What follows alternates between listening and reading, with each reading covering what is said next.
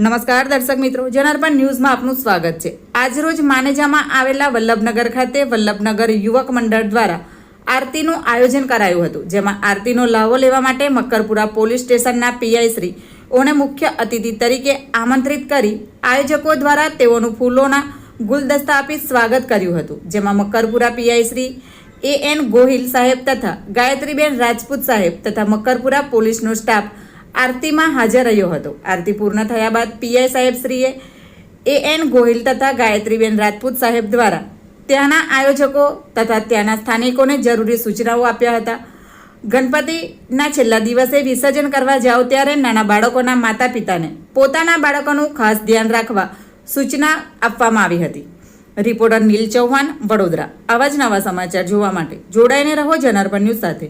અમારી ચેનલને લાઇક કરો, શેર કરો, સબસ્ક્રાઇબ કરો। ધન્યવાદ।